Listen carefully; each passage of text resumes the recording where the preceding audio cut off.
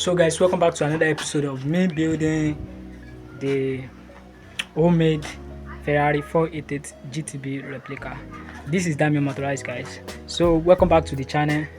So actually in this video I'll be like mounting the engine I bought to the homemade Ferrari 488 GTB replica. Actually, I said that in the previous video. No, actually the video before the previous video. So I said that I'm going to be mounting the engine on my homemade Ferrari 488 GTB replica. So actually, as you can see, this is the engine that I will be using, and I know it is actually small for this type of project. It is actually small, but this is actually what I can afford now. Maybe later in the future I can later upgrade the engine to a bigger and more powerful one, but for now this is actually a 150cc double core engine. It actually has 2 spark plug, you can see here, and also it has another spark plug here. So actually maybe the horsepower is between the range of 8 to 15. That is actually the horsepower, between the range of 8 horsepower to 15 horsepower. I can't tell the exact horsepower of this engine, but it is actually a 150cc double core engine. So in this video I will be mounting the engine on the homemade Ferrari replica, on the fake homemade Ferrari replica project. So guys, thank you so much for watching. This is Dami Motorized. So as you can see right now, I am trying to make the engine mount where the engine will actually sit.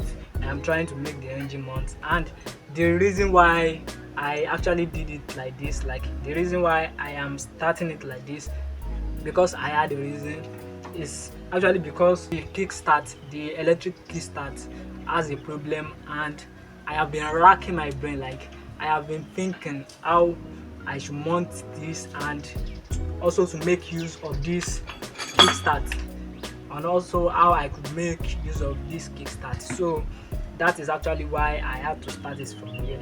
So because if I later mount the engine, the kickstart will actually be in a way that it will be very comfortable for me to use my leg to start. So that is why I actually started this like this.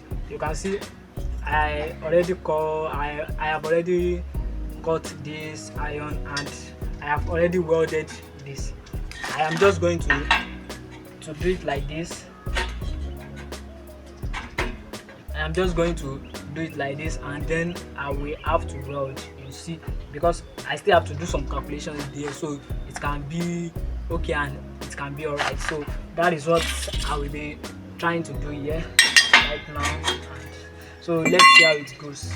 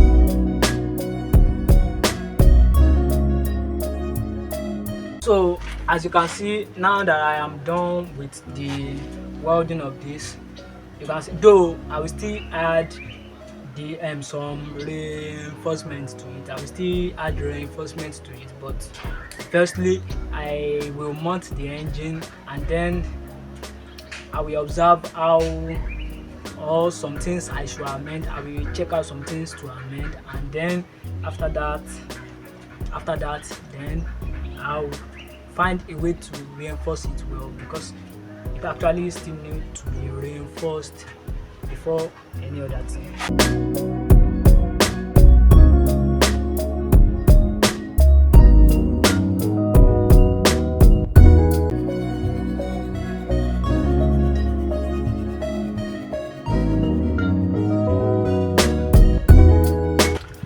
So now, as you can see that I had mount the engine on top the iron I welded, and this is actually what I am talking about, this kickstart.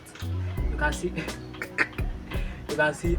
So I think it is actually okay like this, and I can still manage here. I can still manage here because I can go, like I can find my way out how to kick. You can see, because it is still okay like this. I can still kick like this. You can see I can still kick it like this. You can see I can still actually kick it like that, and it will have to answer. Though this is actually not for a long time, just for a short period of time, because actually I will initially, that is actually for sure, I'll be replacing the kickstart for the engine, and that is actually what I'll be using. I don't plan on using this kickstart for long. I do not plan for it, just a few times, just to test the engine after I made the rewiring of the engine. That is why I want to use the kickstart. So it's actually not a bit of a problem. And also here you can see the reverse gearbox and the reverse gearbox and the universal joint. You can see it is actually here, so I can also find my way around it, so it will work. This is actually not a hard thing to do.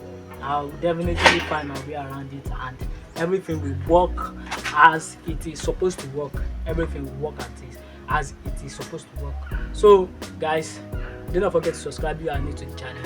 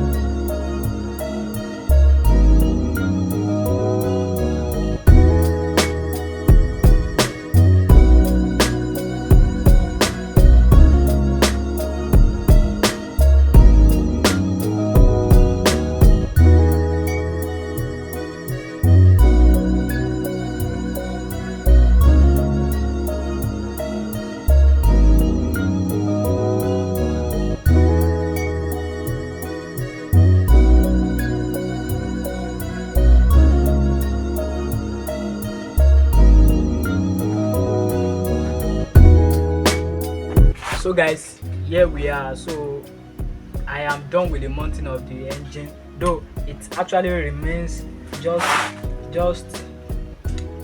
a hole, just a, like I need to drill a hole.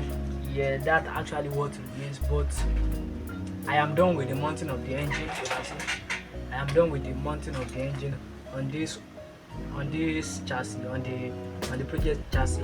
So about the kickstart that I was talking about, like it actually, because of the kickstart, I try to mount it this way, but like this should be the normal way I should mount it on this project, on the normal, because because it has to align with the reverse gearbox has to align with this differential axle. That is actually the normal way to mount it. So as I was saying about the kickstart, so though I won't be using it much, just actually because my electric kickstart is not working for now, so I have to buy another one and I have to replace it. But it can't be so like that, because I won't receive it quickly. So that is why I had to use this one. So you can see this kickstart, I just have to do it like this. Then I have to kick it. This is actually not the way it's supposed to be. This is actually how it is supposed to be. Maybe I've forgotten. Okay, this is actually how it is supposed to be. This is how it is supposed to be. This is actually how it's supposed to be, but it won't work.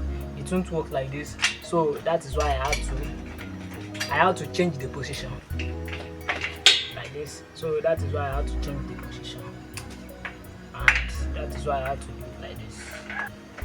That is why I have to do it like this, so that I can get some space in case I want to kickstart it like this.